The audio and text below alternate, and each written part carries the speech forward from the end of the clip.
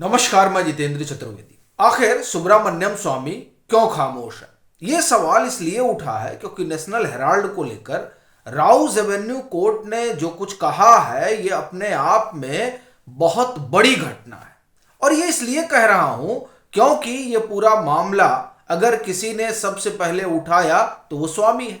स्वामी की कंप्लेन थी, उन्हीं की कंप्लेन पर ईडी ने जांच पड़ताल की। तब क्या स्वामी को यह पता नहीं था कि इस तरह की चीजें होंगी? और यह प्रश्न इसलिए भी उठा रहा हूं क्योंकि अपने तमाम साक्षात्कार में स्वामी ये कह चुके हैं कि ये जो नेशनल हेराल्ड का मामला है, इस मामले में राहुल गांधी और सोनिया गांधी को लंबी सजा होगी।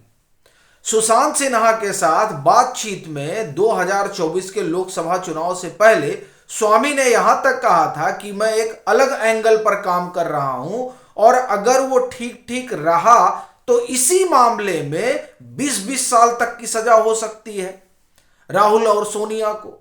तब सवाल ये उठता है कि जब नेशनल हेराल्ड वाले मामले में कोर्ट ये कह रहा है कि ये तो साहब इंडिविजुअल की कंप्लेन है और दूसरा इस पर कोई एफआईआर नहीं हो रखा है, इसलिए इस मामले को जो है आप जो परस्यू कर रहे हैं और जो ये आपने चार्जशीट वगैरह दाखिल की है इसका हम संज्ञान नहीं ले सकते हैं। इतना कहने के बाद तो कम से कम स्वामी को अखाड़े में कूद पड़ना था। लेकिन देखिए, मैं भी इंतजार कर रहा था सुबह से कि हो सकता है स्वामी कुछ बोलें, लेकिन स्वामी ने कुछ बोलना मुनासिब नहीं समझा। क्यों? क्या स्वामी ने गियर बदल लिया है और इस समय वो फोकस इस बात को लेकर है कि कैसे नरेंद्र मोदी को घेरा जाए, उनकी कैबिनेट को घेरा जाए? ये बात अनायास नहीं उठ रही है। देखिए, नेशनल हेराल्ड के मामले में जो राउज एवेन्यू कोर्ट ने कहा है उसमें ना राहुल गांधी को कोई क्लीन चिट दी गई है और ना सोनिया गांधी को कोई क्लीन चिट दी गई है, ना उनको जो इस मामले में आरोपी हैं। वो तो चूंकि अब इकोनॉमिक ऑफेंस विंग ने एफआईआर दर्ज की है तो ये मामला भी चलेगा और कोर्ट ने भी कहा है कि भाई हम चार्जशीट का संज्ञान नहीं ले रहे हैं, आप जांच पड़ताल कर रहे हैं करिए और फिर उस जांच पड़ताल के आधार पर जो कुछ होगा उस पर आगे बात चलेगी।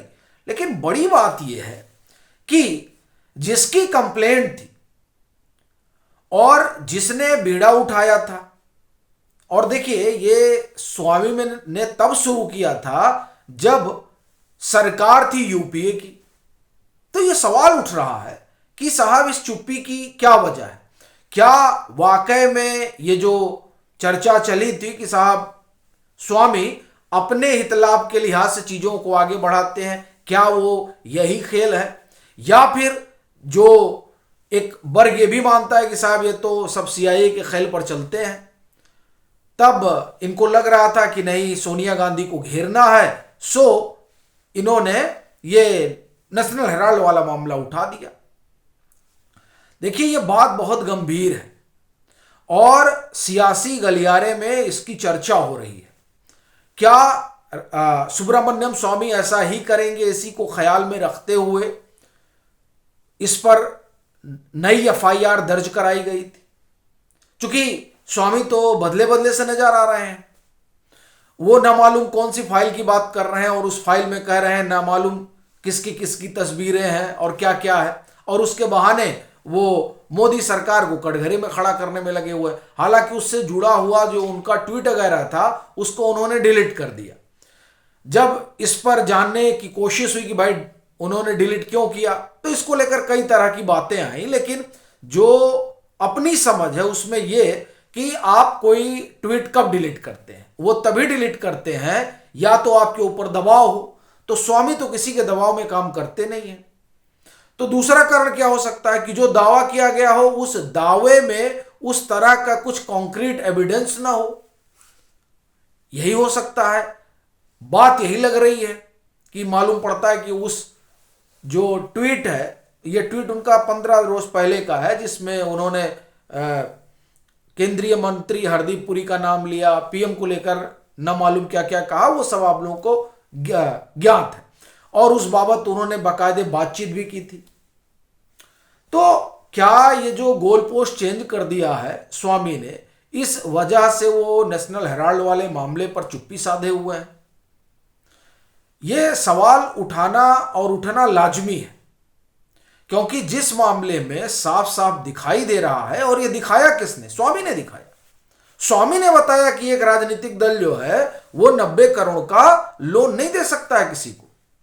यह स्वामी ने बताया कि 50 लाख की कंपनी जो है वो 5,000 करोड़ की संपत्ति हड़प ले रही है। यह स्वामी ने बताया कि इसमें शेयर होल्डिंग जो है वो राहुल गांधी और सोनिया गांधी की सबसे ज्यादा है, मालिकाना हक इनके पास है, और इनके नाम एजीएल की सारी संपत्ति चली जाए, इसलिए ये पूरा खेल रचा गया। कांग्रेस से लोन दिलाया गया, फिर एजीएल को, फिर उस लोन को एंग इंडिया नामक कंपनी बनाकर उस कंपनी ने खरीदा।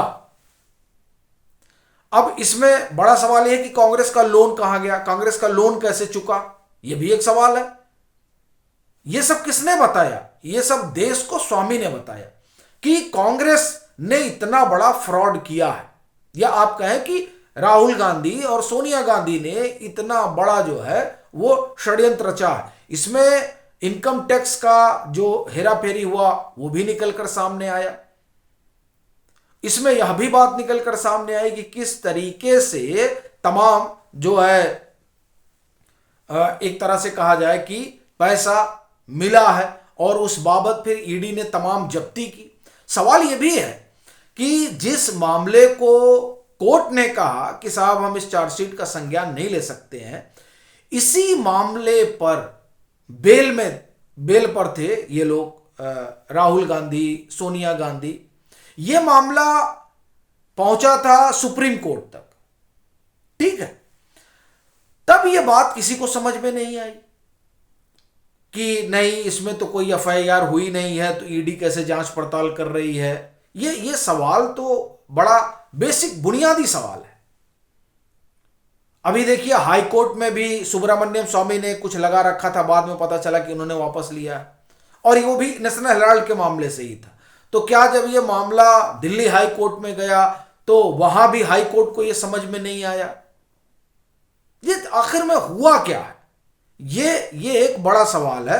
अब उसमें सीधी चीज ये है कि भाई चार्जशीट का संज्ञान लेना था, तो उसके जो कानूनी पहलू हैं उस पहलू पर चार्जशीट खरी नहीं उतर रही थी। चलिए ठीक है, यह बात समझ में आ रही है, लेकिन फिर वही प्रश्न दोबारा उठ जाता है कि स्वामी की खामोशी का राज क्या है। अच्छा, ये भी कहा जा रहा है कि कई और चीजें जो है इस पूरे नेशनल हेराल्ड वाले मामले में निकल कर आई हैं, जिस बाबत जो है डीके शिव कुमार को बुलाया जा रहा है। जो सम्मन हुआ है, ये सब होने से पहले ईडी ने सम्मन कर रखा था कि इनसे पूछताछ होगी, डीके से, इसी नेशनल हेराल्ड के मामले। कई लोगों से, खड़गे तक से पूछताछ हो चुकी, कई लोगों से पूछताछ हुई है। और बड़ी चीज यह है कि जब ईडी ने राहुल गांधी से पूछताछ की थी तो राहुल गांधी ने सब कुछ डाल दिया था मोतीलाल वोरा के ऊपर कि वो जाने। और अभी प्रचारित, देखिए प्रचारित क्या किया जा रहा है? प्रचारित यह किया जा रहा है कि राहुल गांधी और सोनिया गांधी को राहत दे दी गई। यह प्रचारित होने के बाद भी सुब्रमण्यम स्वामी चुप है।